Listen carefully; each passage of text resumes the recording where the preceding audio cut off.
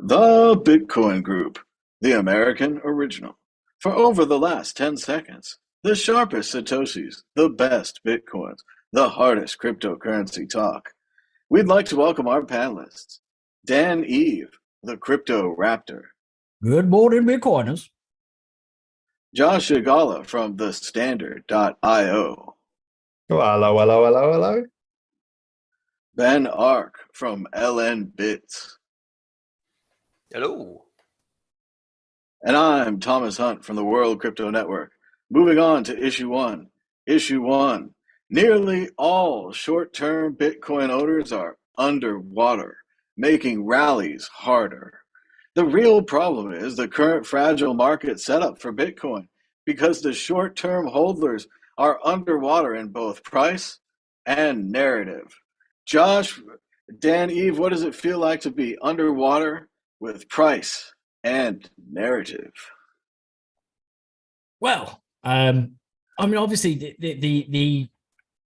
the short termers seem to be the most likely to succumb to selling, right? They buy in, they especially when it's a sort of kind of bear market, it's a bit kind of choppy.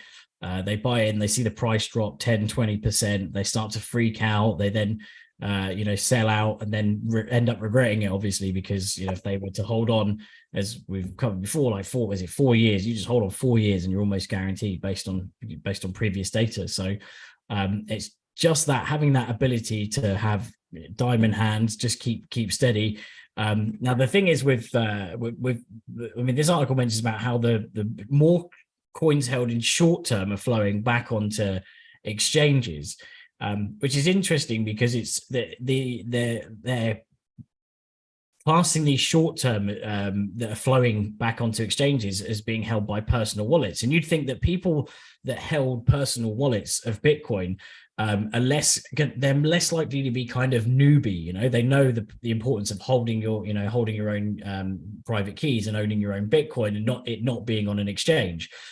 So maybe the flow of this is actually for people to try and trade more around trading, not just trying to sell off and freak out because they're selling, but maybe they think they're actually, they'd be better at buying and selling Bitcoin whilst it's quite turbulent, because these swings, you can end up with more Bitcoin. If you sell it and it drops another 10%, you can buy back, so maybe they're just kind of going through that adventurous stage that we all went to when you would try and day trade Bitcoin and then end up completely miserable. Or it could also be the fact that they are wanting to give their Bitcoin or use their Bitcoin for loans, right? So that some other people on the exchanges can use, leverage Bitcoin trading. And also I think it was a real email. I'm not sure why, but there was Polo trying to, tell people that you can get a Bitcoin yield now. Which means, where is, again, we go back to this, where's the yield coming from? Like, where's that yield coming and where's the Bitcoin going? Whilst these kind of lovely gains, I think they're offering 100% APY on Bitcoin, which is something's got to be a bit odd about that. I mean, I checked the address and it seemed like it was Polo. But you've got to be very careful, right? It's very easy to get caught up when the price is fluctuating. It's easy to get caught up and just either sell or kind of think, I need to make my money back by lending it out, or I need to make my money back by leveraging it, when really you just got to hold tight and let Bitcoin do its thing and hedge it, against inflation, because that's what it's built for. But sad that the news get caught out, I think. I once knew a woman who was going to double our coins by November, so we can't give that up. Josh Chagala, what do you think? The noobs are moving their coins back on exchanges. The market's not really over until they get fleeced, right? Well, these sorts of statistics I always find a bit interesting because Bitcoin is a thing where you can kind of tell what's going on, but you are kind of guessing. That's why it's pseudonymous. It's got this abstraction with these return addresses and stuff. So these change addresses. So I don't really fully buy all of these sorts of headlines. I think people are looking for news headlines that they can try to make a story. It's all, I don't know. Like, sure, if people are underwater, but maybe they've been buying in that's a good strategy. Like, all right, I've been buying in slowly, DCAing in, and now I'm ready for the bull market. So I don't really pay too much attention to this stuff. If it does go lower, hey, just keep DCAing in, dollar cost averaging for those noobs out there. Yeah, not Well, too and obviously at home, we're all waiting for you to sell. Once you sell, that'll get rid of all the paranoia in the market. Everything will go right back up. But we're That's right. waiting for you to sell. You're the one that turns the market.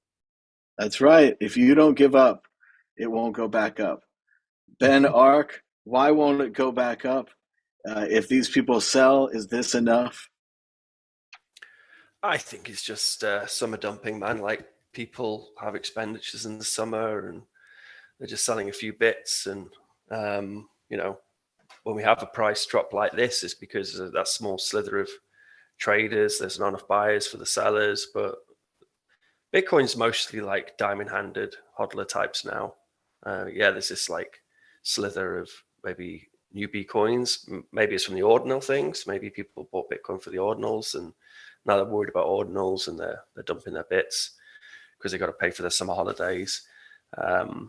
But yeah, there's kind of some FUD out there at the moment in Bitcoin over scaling because again we're at the point where we've got full blocks from ordinals. So, and I think that's kind of worrying a few people. It's that classic, sausage being made in public. Like, we're getting to see all the ugly parts of debates over Bitcoin, which I think within the social networks is making people a little bit.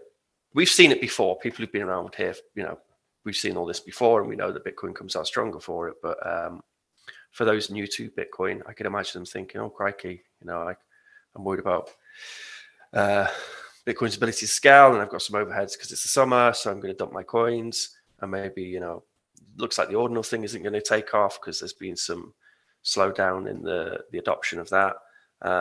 So yeah, it's a blip. It's a blip. I'm very, very, very bullish on Bitcoin currently, and I think that the rest of this year is going to be very good for Bitcoin. But for now, we've got this little blip where the price has dropped a little bit just because of that thin slither of weak-handed fools.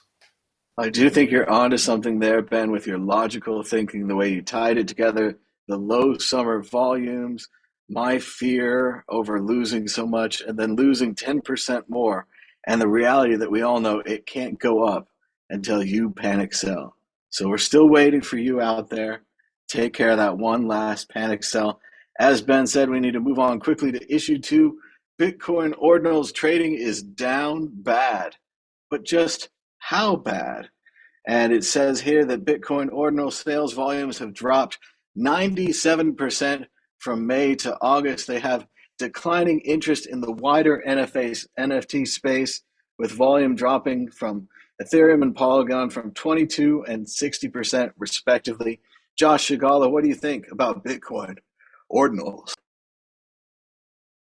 I mean, 97%, it's insane. These are the sorts of numbers that show you that it's a hype cycle and also quite manipulated as well. They thought NFTs, they went so nuts on Ethereum. Hey, they have to go just as nuts on Bitcoin and everything's going to Bitcoin. But it's unfortunately not the case. Of course, there's hype. There needs to be actual use cases for NFTs. The major use case is, of course, collectibles, and that's a great use case. It's interesting, but I think it's oversaturated. It's such fast food now. People just making fast food NFTs. There is so many scams in NFTs. It's unbelievable. When I say scams, I mean just I put a tweet out there. By the way, folks, it's at J Shigala. Check it out in my name. It's right down the bottom there. But I put a tweet out there, and I'll get like maybe 1 real engagement and 3 fake airdrop posts under each freaking tweet. It's unbelievable. And so I just don't trust anything that comes out of the NFT space now. It's just too much rubbish. And I just don't know how to tell it apart. Like, at least with a crypto project, like some shitcoin, you can look at the GitHub, you can look at the concept, you can say, oh, I see what they're doing. They're doing like ticket sales and whatever it is, right? And you can look at the GitHub, see if there's actual people building this thing, see how many commits are happening. With NFTs, it's like, I don't know, it's just a picture of some weird, I don't know, person with funny sunnies and different styles of sunnies, 1,000 different styles of sunnies. Huh? I don't know. I don't get it. And of course it's going to drop 97% because it's rubbish. It's absolute filth. Has nothing. It's just rubbish. So I'm quite bullish about NFTs in general as a concept. For instance, in the standard.io, you can sell your smart vaults as an NFT, dynamic NFT. It pulls data from the blockchain, displays it in the NFT, it shows you exactly how much debt you've got and how much collateral is locked in that. And then when you sell it, the owner then now owns that NFT, but also owns your smart vault with the collateral and the debt. So you can pay off that debt and take out the collateral. Like stuff like that for me is interesting. Yeah, I can tell art is interesting for many people, but I think it's mainly interesting because of the pump and dumps. And I think there's a very orchestrated mafia behind all of this too. Not just one, but many, all trying to basically pump fake artists up to launder money and stuff. So yeah, it's no surprise to me, but I do think there is definite use cases for NFTs. Ben Ark, you said that ordinals were filling up the blocks. How does that work? Because you have to do transactions. So, oh crikey, don't get me get into the technicals of how ordinals work. But it requires some block space, and still at this point now, like more than 50% of the transactions on Bitcoin are currently ordinals. So it's still doing relatively well. There is actually a good statistic website. If you let me share the screen, I can show the website on their ordinal analysis. I don't know where I sit with the ordinal stuff. I really don't. But yeah, if you go to June.com, there's some statistics over ordinals and the amount of fees. So we got a couple of thousand Bitcoin in fees to inscribe these ordinals, which is a lot of money. And then if we look at some of these charts, it doesn't look like usage is that down. I mean, I think NFTs in general, like, there's less. It's the environment's weaker than it used to be. But no, it's a friend of mine, Light Rider, passed these on to me. He's made Ordimint, which is somewhere where people go to mint ordinals. And he sent me this site here. And when I look at these metrics, it doesn't look like it still looks like it's a growing ecosystem. The only ordinals which I really care about is the 600 billion collective. This is a friend of mine met Satoshi, and he asked him how much he thought Bitcoins would be worth eventually, and Satoshi said 600 billion a Bitcoin. So these are beautiful pieces of art which they've spent a lot of time developing. Each one of these ordinals will one day be worth a hell of a lot of money. Yeah, but the 600 billion collective, if you see 600 billion stickers about on your travels, it's because people are propagating Satoshi's prophecy that in fact Bitcoin, one Bitcoin will be worth $600 billion. Okay, so remember that. Did you say he met Satoshi? Sorry. Yeah, he met Satoshi. Yeah, and he asked him. As in Dorian.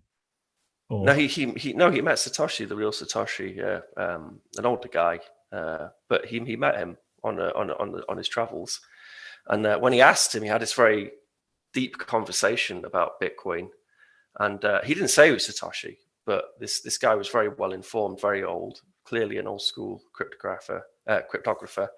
And my friend was like, this guy's totally Satoshi. And after speaking to him for about 5 hours, he got onto the subject of how much he thought, just as fun, So where do you think the Bitcoin price will end up? And then Satoshi looked him dead in the eye and said very seriously, 600 billion a Bitcoin. And then my friend was like, 600 billion? And then it broke my friend's brain. So he's made this whole movement of ordinals for 600 billion, which I really like. I love that. Obviously, It's such a ridiculous amount. It's like someone says, "Oh, 2 million a Bitcoin, 10 million a Bitcoin." Well, it's billion. hyperinflationary amounts, right? That's Josh gets it. What's the dollar worth when that happens? Yeah. Well, but surely there was if he thinks he's Satoshi, then there would be other interesting things that the guy would have said. 5 hours of conversation. Come on, there's got to be some beans to spill. Well, this was the juicy bit at the end, which he came away with. He wouldn't tell me the rest of the conversation, but anyway. Yeah. 5 hours of conversation, and all he asked him was the price. That's okay. He asked him what was important. Dan, what do you think about Ordinals? The blockchain data could be cut off if you run a smaller node. The information would be separate. If you trade the Ordinal from one account to the other, I'm not sure that you get the same Ordinal or the same Satoshi. Meanwhile, Bitcoin stamps actually publish their data into the Bitcoin blockchain. Dan, do you like stamps, Ordinals, other NFTs on Bitcoin, liquid sidechains? Who knows? I haven't really dabbled, but for this report stirred up quite a bit of drama, right? Because you've got that radar. You'd assume, their own slogan is discover, track, and trade everything DeFi, NFT, and gaming. So you'd think that if anything, they would have a bias towards making the Ordinals and NFTs and stuff look good. But this obviously, this kicked a bit of a hornet's nest with people getting angry, saying, well, it wasn't a 97% drop because actually the volume was 170 million down to 35 million instead of 490 million down to 35 million, or so there's people arguing the toss either way of what stats should be used. It does seem that they got accused of, in the article, of cherry picking the data a bit, perhaps saying, well, you're using 2 weeks of August data and picking a specific 2 weeks for the whole of May when there was an absolute Ordinals boom. So for me, the thing that's more important is not that I have any Ordinals, but would be actually the number of trades, right? Because all these articles talk about, and everyone's discussing the volume, the financial volume. But going back to the old Metcalfe's law, what gives a network value is the amount of participants and users, and it doesn't actually go into detail as to the amount of trades that were done, then compared to now. Because fair enough, NFTs, Bitcoin goes through peaks and troughs, and it went from $22 down to $3, and then $20,000 down to $3, and 3,000. Then it obviously has peaks and troughs, 67 down to 16. And so the volumes will change very significantly. But again, as we keep on saying in Bitcoin, what happens is that all these things keep on happening, 5 years on, and BlackRock are now applying for an ETF, and Fidelity, and there's, spot ETFs everywhere. You get a spot ETF and you get a spot ETF. Eventually it'll be like that, maybe. But the other thing is that the word, the death of Ordinals and things like that, I always take with a pinch of salt, because unfortunately, it started off with Bitcoin. There was the Bitcoin obituary, and everyone's saying, "Oh, Bitcoin's dead. Bitcoin's dead." And every now and then, even like my mum will phone me and go, and if prices drop like 5%, she'll be like, "Are you okay, Dan? Is Bitcoin dead again?" I'm like, "Yeah, it's dead. Yeah, it's dead. Dead again, Mum. Dead again. Poor old Bitcoin. Oh, dead. Oh, geez, that sort of thing." But they say, Ethereum's going to die. That's now what, 7, 8 years old, right? Must be getting on. Must be clocking on now. Or 6, I don't know, whatever. It's a long time, 6 years old, something like that. There's Dogecoin, that's going to die soon. That's still definitely not dead by the looks of it. So there's all these obituaries that keep on getting handed out, but the communities are the things that keep them going. And whilst there's been thousands and thousands and thousands and thousands and thousands of shitcoins and projects that have completely failed, I think NFTs have got and specifically not specifically, but and Ordinals as well, have got a particularly good chance of surviving. And Ordinals, because one of the things that I liked about Bitcoin back in the day was the fact that you could timestamp something, you could immortalize it on the Bitcoin blockchain. You can put data up on Google and it can be removed. You can put it up, even the way back when machine will remove the information, but based on whatever sort of legal request comes to them. But you can't remove Bitcoin data from the Bitcoin blockchain. And that's where I think it differs a lot, obviously, from NFTs, where you don't own, the NFT is not inscribed into Ethereum. You have it's referenced by it, for example. So I think Ordinals have got kind of a bit of an upper hand there with immortalizing the data. But then that you know the swinger of that is that that bad data can be put on there, and then bad things happen because of bad data, and you know, chicken lick in the sky falling, and BBC articles saying that all sorts of naughty things are going to be put on there. So you know, we're going to probably see that cycle again, I think, soon. But I don't think NFTs are dead. I don't think DeFi's dead, or gaming, whatever, you know, or Ordinals, all of these things, they're just going for a market dip and a you know, a bit of a consolidation, and then back when Bitcoin the hype comes with the halving, everything else is going to follow it again, and all these people are going to do the same old crazy thing. Go, I missed out on the Bitcoin. I got to get myself an Ordinal, and they'll get an Ordinal, they get something else, or I'm going to get myself some shitcoin, and then they miss the Bitcoin going up because they bought shitcoin. So just don't buy shitcoins, basically. Sorry, that's I agree, Dan. I think they've been too hard on Ordinals. It's easy to kick them when they're down, and I don't think Ordinals or NFTs are done yet. Not by a long shot. The actual statistic which the article seemed to settle on when it did its own. I mean, congrats to the journalists as well. They didn't just listen to the 92% claim. They looked at their own metrics, and I think they settled around 65% drop, which kind of makes sense when you have like this crazy hype of Ordinals being inscribed and lots of people buying them. 65% is not too bad, you know, considering Ordinals have been around for a couple of months now. Not too bad. Moving on, check out worldcryptonetwork.com. We've got 3,069 videos. You could watch them for 3 months, 16 days, 15 hours straight, and still have more to watch. Issue 3, is Binance using the Bitcoin Lightning Network? No new channels for 30 days. Ben Ark, is the Bitcoin Lightning Network in trouble? I mean, they got 34 Bitcoin on their node, so that's a lot of channel liquidity. I'm not sure how many people are sending Bitcoin back and forth via Lightning Network to Binance. I know with Kraken, I mean, it's a much smaller amount than people doing on-chain stuff. So it's just a case of their users, Binance users, if they don't need to open channels, if they're able to manage their channel liquidity, then they don't need to open any new channels. They've got a lot of Bitcoin on there. They've got some big, fat, healthy channels already. So I can't really see how much of a story this is. Like, yeah, people aren't sending tons of money into Binance via Lightning. But there's lots of interesting ways in which you can rebalance channels without having to open new channels now. So, you know, you can loop out to on-chain. So if you have lots of Bitcoin coming in and then you loop out to on-chain, then you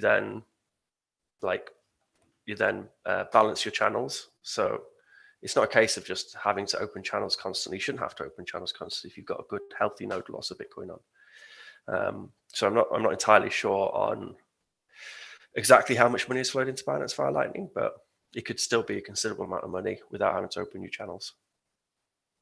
And I would assume as an exchange that they've looked into managing their node properly, and they've put in some cool loop out features into their node to help balance the channels. Dan Eve, now Ben Ark says you're not spending enough money on coffee. What's going on with the Lightning Network? Well, so I first I read this and I thought, well, it's really bad. Like 30 days, that's pretty terrible. But then I did notice the date on that article was the 16th of August. So a little update actually. So I did some digging, and so 5 days ago it went from 6 channels. So this was 3 days after the article. So it went from 6 channels to 12 channels in 24 hours. This is by the same analyst, Amboss, who we got the information from in that Amboss space, in that other article. So who gave the evaluation that it's not moving, or at least that their information was used to determine that it's not moving. So that was, but it went up to 46 Bitcoin. Then shortly after that, it went to 22 channels. So like it over tripled in the space of a couple of days, and 64 Bitcoin. And now, according to recent analysis from Amboss Tech, they're actually now the fastest, growing at the fastest pace of all major exchanges, and they've just reached about half OKX's volume, and they rank number 14 out of over 16,000 nodes. So it seems like it was a bit of a slow start, but they are starting to kind of pump the channels a bit, pump the volume. It'd be good to see. Well, I say pump the volume, maybe not. That's not an accusation that they're doing it artificially. I don't know. So I'm definitely not saying that. But no, it seems like it's slowly growing, right? It was slow to start, and it does actually seem like there's some growth there, which is good. Ranked 14 out of 16,000 nodes, that's not too bad, and liquidity in there is growing quite fast. It's nowhere near kind of Kraken and Bitfinex, but they do have from reading up, they have a 10 Bitcoin channel with Bitfinex. It's just one of one of the channels. So they are expanding. They've just done it really slowly.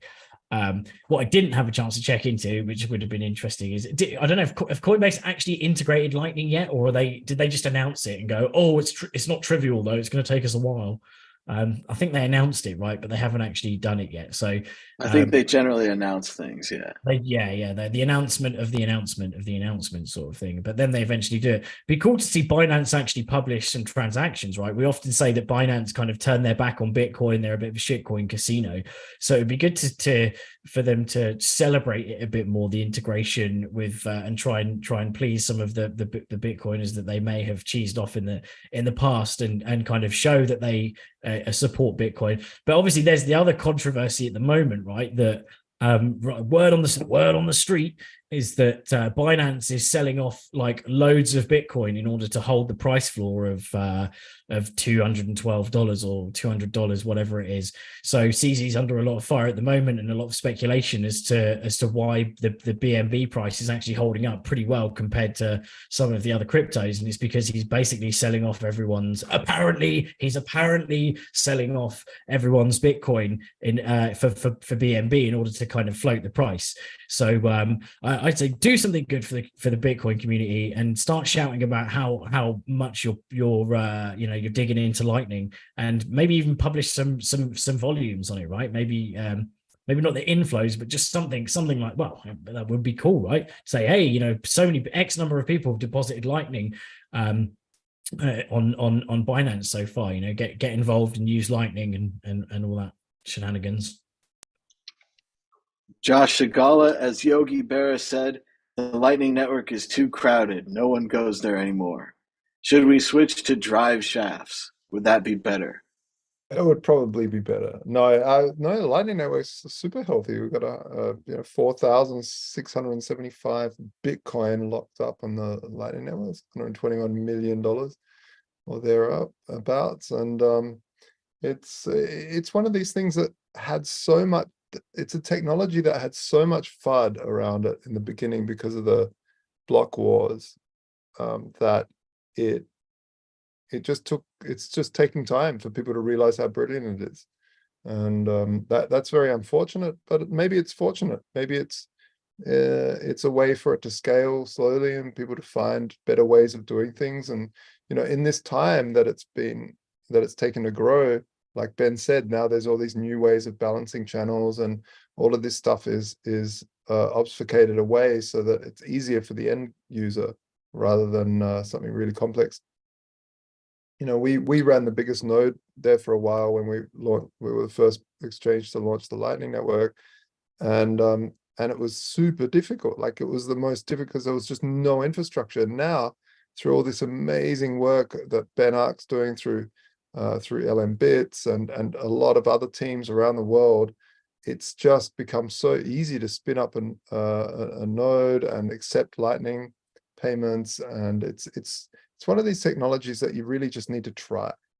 And I've done this before with people that have just poo-pooed it like crazy, and they're so stuck in their like derangement syndrome about the Lightning Network that when you actually use it, you say, oh, here, I'll send you one, and they get coins instantly, and you say, how many confirmations that's got 128 confirmations already, and you just got it, and it sort of sets off this aha moment for them, and that's backed up by them being on Ethereum and all these other who have totally not thought about L2s. They're like, oh great, we need L2s, we need more L2s.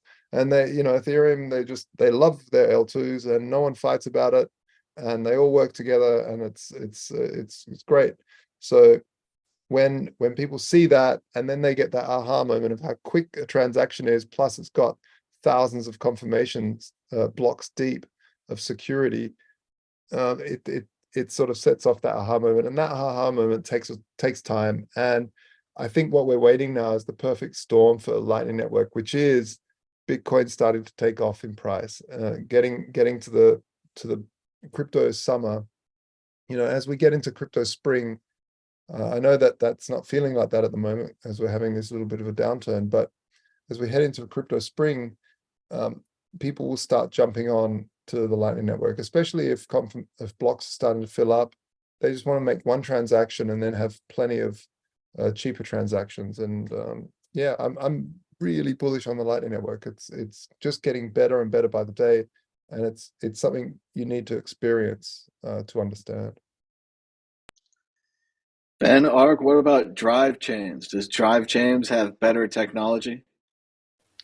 It's not so much that, it's more that like if you want Bitcoin to scale, Lightning is great. I mean, obviously payment channels is the solution for microtransactions and sending basically an infinite amount of transactions through the payments network. There was all these, like everything, like it's slow to develop if there's not a necessity there. And as it was, like ideas like channel factories and being able to easily and cheaply spin up channels wasn't really an issue when Bitcoin blocks weren't that full. But now they are full from these ordinals. Then there's more emphasis on using Lightning, which I think is why a lot of these exchanges have started adopting Lightning. And I imagine that Binance as well, when they first rolled it out, like with Kraken, it was kind of fiddly to do a Lightning transaction. You had to verify via email. You had to give them a Lightning address and verify via email that you wanted them to send money to the Lightning address. And it's kind of clunky. But clearly, Binance see value in if they're going to commit that many Bitcoins to their hot wallet, which a Lightning node is. When it comes to drive chains, and the BIP 300, I think it is really important for if you want the whole world running on Bitcoin, which I personally do, and I want people to do whatever they want on Bitcoin, and for the whole world's economic infrastructure to be built on top of Bitcoin and have the same security properties of Bitcoin, and to be secured by the miners, and to also have that 21 million cap, then you're going to need something like BIP 300. You're going to need drive chains. And if you want to scale Lightning, so that Lightning's biggest issue is that on Bitcoin, only so many people can open channels, because Bitcoin has a on-chain, it has a capacity limit. And currently there aren't things like channel factories on there. And in order to make that a reality, it might require a hard fork, which really wants. So maybe I was tweeting about this earlier today, actually. Maybe with BIP 300, you could have like the ultimate underlayer, beneath layer for something like Lightning, which has that stuff kind of built in specifically so people can easily set up payment channels, because payment channels, that's the answer, right? And then that could just be powered and be secured by Bitcoin, which is what the drive chain solution offers. So it's not a case of like you can't use Lightning, now we need drive chains. It's a case of drive chains would probably be a very good way to make Lightning available to the whole world, like to all 8 billion people, whatever it is now, the population of the planet, I don't know, 9 billion, where are we at? Then maybe and also for all the other funky things they want to do on these cryptocurrencies.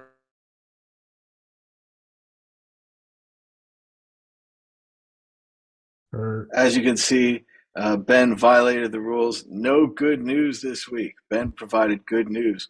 Moving on to the next issue, issue 4. Bitcoin and Ethereum trade below the maximum pain levels ahead of the $2.7 billion options settlement. Dan, Eve, we're experiencing maximum pain, according to this article. What do you think about the markets lately?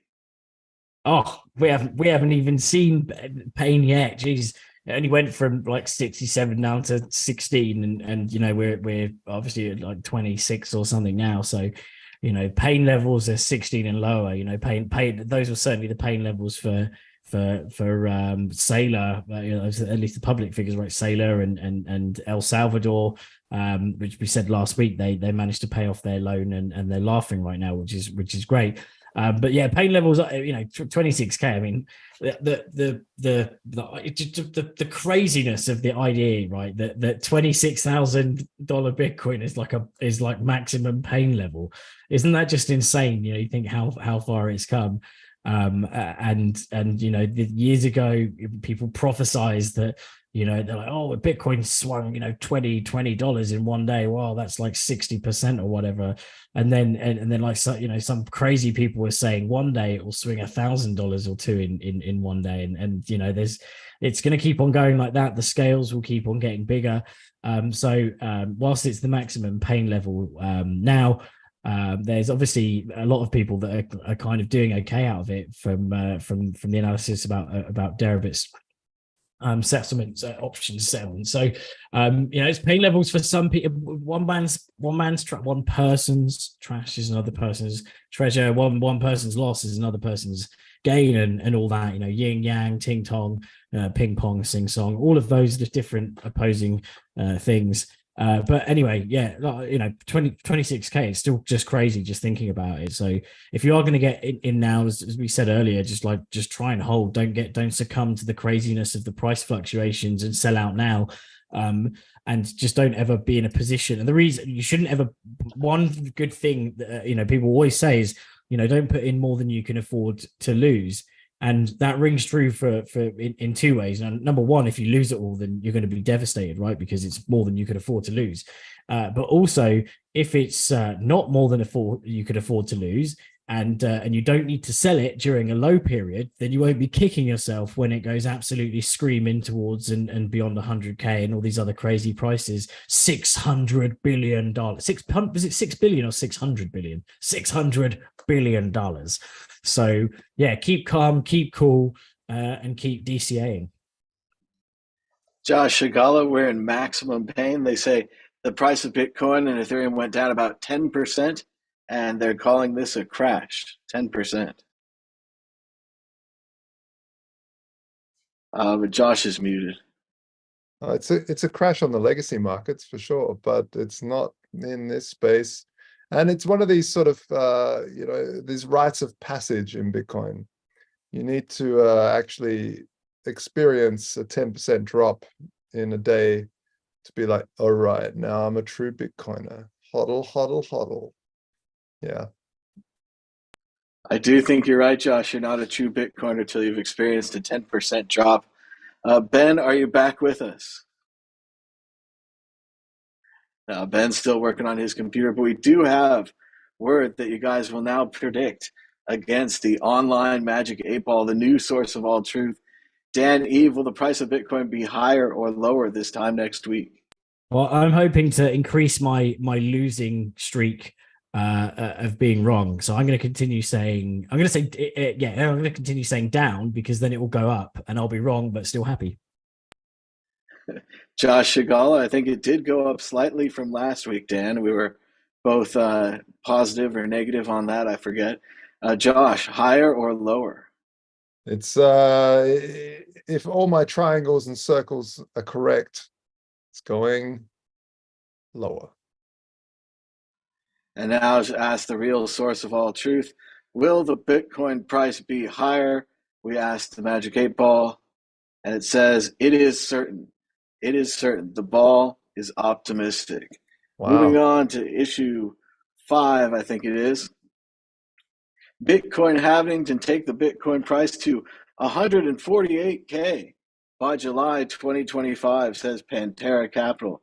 Dan, Eve, what do you think about Pantera's incredible prediction that the Bitcoin price, which now everyone knows is horrible, yet the Magic 8 Ball predicts that it's certain to go up, is now being said to be perhaps $148,000 by July 2025. Well, I think all predictions pale in insignificance compared to this new $600 billion, theory, which obviously would be absolutely lovely, right? $600 billion. So you Well, definitely, it wouldn't be. It would be absolutely disastrous. It would be absolute disaster. If that was the case, the whole world's monetary system is screwed, and we're all drinking muddy water. Yeah, no, because you're right. Because really, but we'd have the cool stickers, right? Yeah, we'd have cool stickers. Yeah.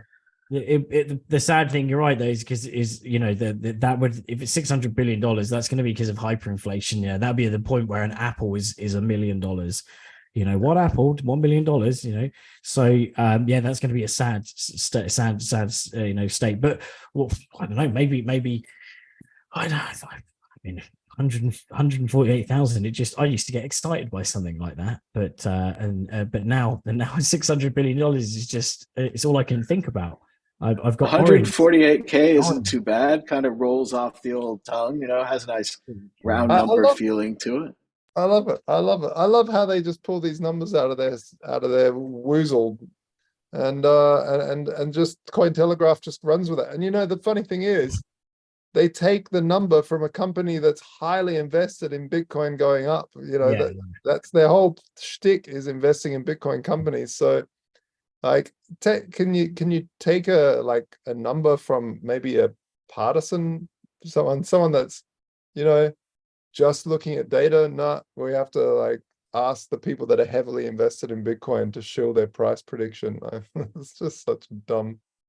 Yeah, and ARK, the price prediction comes from their insider blockchain letter that the executives at the crypto asset manager doubled down on their bullish BTC forecasts. I mean, as we saw before, that's not particularly that bullish, is it? But I think are we still not aiming for 240K? I thought that's where we're aiming for the next 12 months. So 100K, isn't the laser eyes 100K? Yeah. I mean, don't move these. Yeah, but I think Bitcoin is 10x before, and there's a lot of traction on Bitcoin, and there's a lot of interest in Bitcoin. Got a lot of new talent with the Nostar stuff and all these apps, and people building services around that. And I'm extremely bullish on Bitcoin, and I think that 240K is perfectly plausible. It's done similar increases in price before in the past, and 140K is a little bit short, really. We do have an update from the article. Remember, these are investment professionals here at Pantera. The next halving is expected to occur on April 20th, 2024. Since most Bitcoins are now in circulation, each halving will be almost exactly half as big as reduction in new supply. If history were to repeat itself, the next halving would see Bitcoin rising to 35K before the halving and $148,000 after. That sounds pretty good to me. Just to put this into context, though, this pithy 148,000 is a mere 0.00246% of 600 billion. Exactly. That's what we're aiming for, guys. Right. 600 billion. It really is kind of a nothing prediction when you put it into the category of the 600 billion. Yeah, it's a weak prediction. Weak prediction. Moving on, we're reversing the bad news trend, obviously, with that article. We have one more. Let's see. Zoom says it's going to crash instead.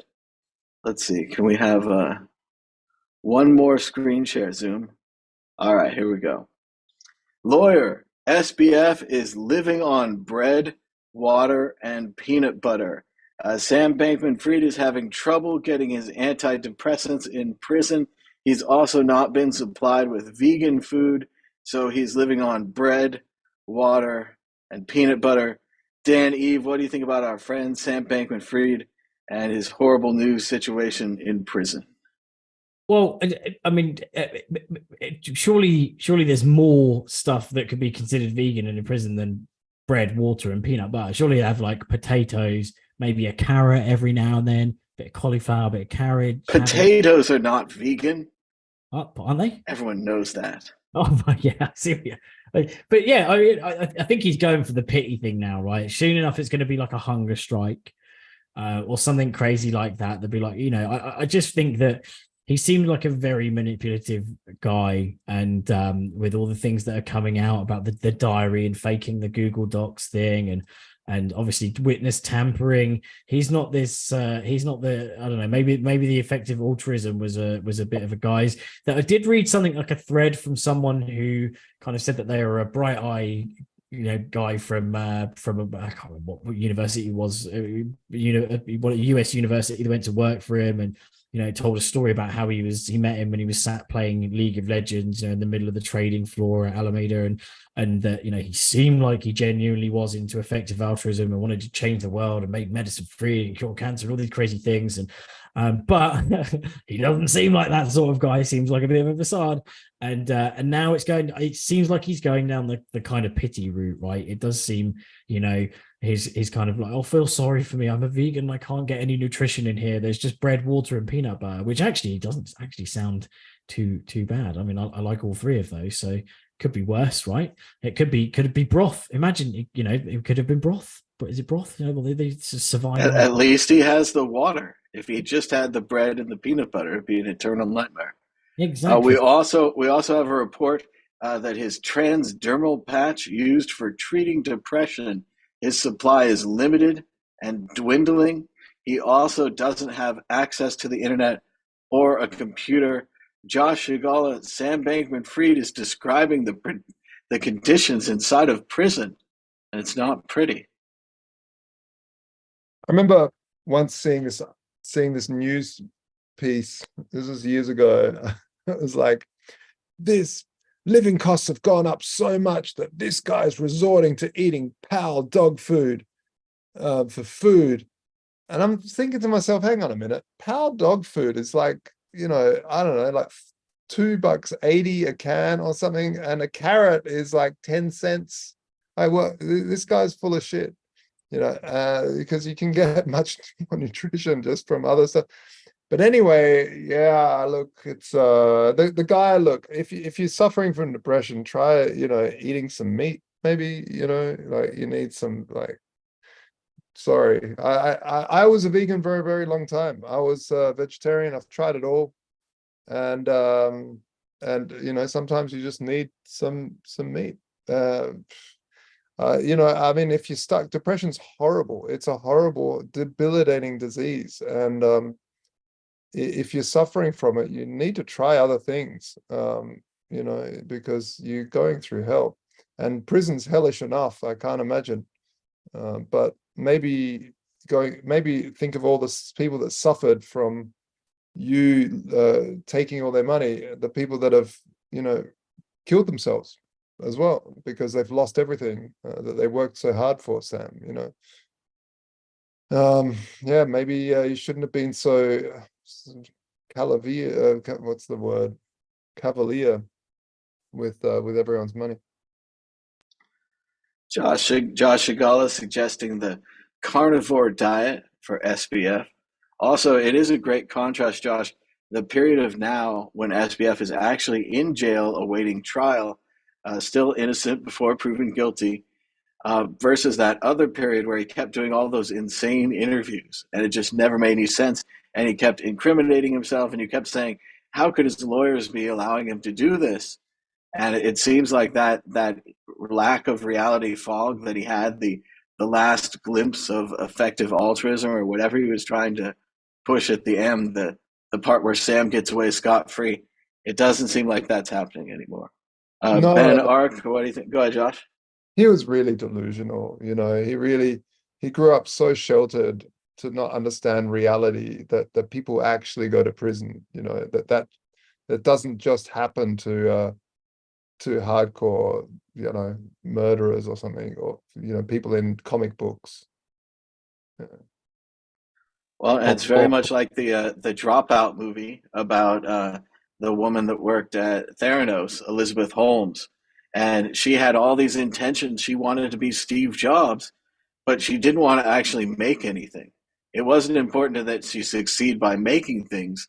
It was that she succeeded by selling things. And in the same way, Sam had this business that seems completely made up. The fact that they were just taking in deposits and just giving out deposits and they didn't have a track of it, it's just a fantasy land.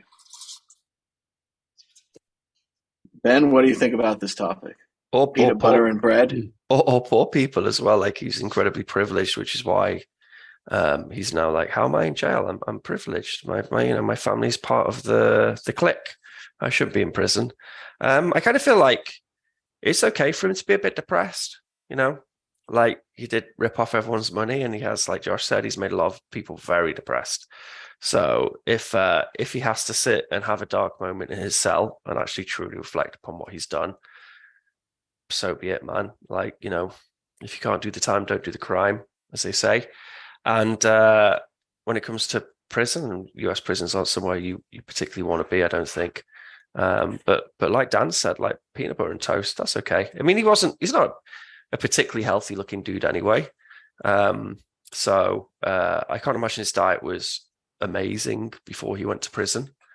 But now he's just got to face up to the reality of the situation he has put himself in by ripping off all those poor vulnerable people. And he should be a little bit depressed. That's fine. It does seem, Ben, like he'll have increased access to sunshine, perhaps, and workout machines, other things that he might previously not have access to. And it's very tough to tell. The level of trolling on the internet is incredibly high, but it is possible that his mother could write a research paper about this. She was a scholar of effective altruism. She was trying to spread the word, perhaps through her son. And now, again, we see you can't put the cart before the horse, right? It's important to have a real business. We are already talking in that very bizarre Snapchat video where Sam still drives a Honda Civic and he has fuzzy hair and a t-shirt and he's getting ready to donate billions of dollars. It doesn't seem like his business was even ready to handle millions of dollars or thousands of dollars. This idea that, just as Mitch Hedberg said, like, okay, you're good at comedy, now can you act? Like, he should have just focused on running a business, not focused on being an effective altruism philosopher or whatever he was doing there. Look, these people, like, honestly, it's like reverse racism is still racism. Trying to, and this is what this sort of philosophy that these people think.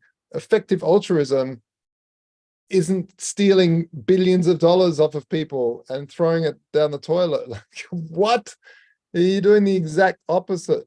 He's just a scumbag. It's that privileged mindset that they know what best to do with the money. Yeah, of course. Yeah. I'll take this money away from these people. I'll do something better with it than they could possibly do. Yeah, it's the kind of attitude, right? Yeah, that part of the I think a bit. Well, according to the interview with CoffeeZilla, allegedly they were commingling funds from the beginning. They just didn't have a very good, like, basic business plan to even be worrying about things like effective altruism or giving $5 million to the father that the father is now using for the defense of the son. Well, at least they did that part. So we'll see. We'll see how the trial turns out. But for now, SBF has been denied his fancy vegan food. We're running out of time. Dan, Eve, are you ready with a prediction or a story of the week? Go ahead. You're always first. I'm always never ready as well. Okay. 600 billion. That's I think everything's blown out of the water with this 600 billion. I can't get it out of my head at the moment. That's what it's like. It's an earworm. It gets in there. 600. What the fuck? So I'm going to sacrifice my prediction of the story of the week because I just want to know a little bit more about this apparent Satoshi dude. So, like, what, so many questions. How was he so certain, that it was him? It happened in Riga. He's someone I work with, and I've worked with on some of the projects as well, and a very legit developer who met someone who he's blown away with. And he came up with the 600 billion thing, and my friend was like, 600 billion, what the fuck? Which is why the 600 billion collective is 600.WTF. But it's just it's a brain worm. It like you say, it blows all of the predictions out of the water, and now every prediction just seems ridiculous. And yeah, 600 billion, what the fuck? Well, I'm going to put my neck on the line, and I predict that Bitcoin will be 600 billion too in 7 million years, maybe. I don't know. No, hopefully not that long. Oh, we definitely got to save up. That would be quite something. $600 billion. Josh Shigala, a prediction or a story of the week. Go ahead. Yeah, we're finally launching the standard on Monday, which is very, very exciting. You'll be able to lock up wrapped Bitcoin. You'll be able to lock up Ethereum, and Pax Gold, and you'll be able to borrow at EuroS. We've had to change it from S Euro to EuroS because Synthetics already had S Euro. So, yeah, very, very exciting. It's been a long road, and come and check it out. We also have International DeFi Day coming up, and there's going to be a 10-hour live stream showcasing some of the best projects. We'll have Ben Ark there also showing off some Lightning Network for the L2 on Bitcoin. We've got Polygon showing L2 on Ethereum. I'm trying to, unite the crew here. Yeah, everything again. The real enemy is the central banks, and that we're all technologists trying to find cool technology. So check it out at youtube.com/all of that stuff. I've put it in the live chat. I'll put it in one more time by itself, so you can just copy paste it and hit notify. That's on the 8th of September. Yeah, it'll be really, really cool. Very cool, Josh. Congratulations. Ben Ark, prediction or a story of the week. Go ahead. Can we get a demo video of the standard.io on WCN on early next week? Yeah. Yeah, that'd be that's cool. a great idea. I'd love to do that. Yeah. There was a guy on Bitcoin Reddit, I think today or yesterday, and he'd accumulated like 7 Bitcoin over many years, over like 5 years, and he was gutted that he was gonna sell some because he wanted to buy with his wife, buy his his dream home. They were going to upscale their home, and he was going to have to sell like 2/3 of his stash. And he was like, is this? Am I betraying Bitcoin? Have my hands become weak buying a real world thing? Yeah. And when I saw that article, I thought of the standard.io, and I was like, this dude doesn't have. There's another option out there. He doesn't have to sell them bits. That's it. That's really the dream, that you hold your private keys. You don't need to trust a third party. Yeah, the private keys are an Ethereum private key, so that is true. There's a little bit of but it's not as bad as having to trust BlockFi or something like that, right? Yeah.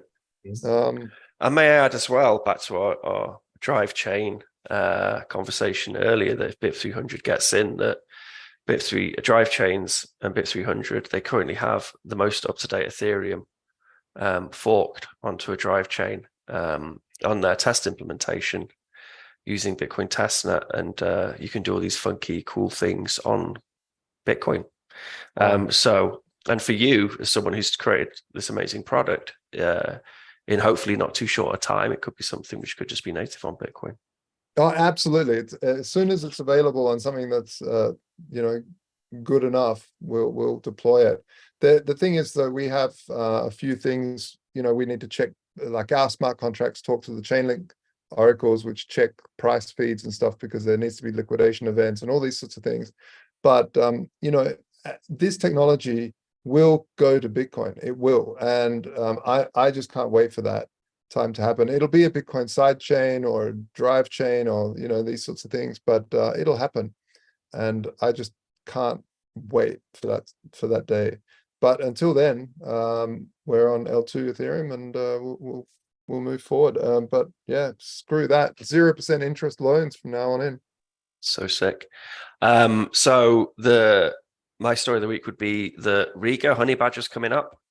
I'm not sure how many of us are going, because I'm going to be there. I'm going to be doing a talk, and my friend who met Satoshi with the 600 billion collective and 600 billion price prediction happened in Riga. So if you, perhaps with a bit of luck, Satoshi might show up again, grace us with his presence. I'll be doing a talk, and the title of the talk is "Fuck Uncle Jim, Scaling Bitcoin."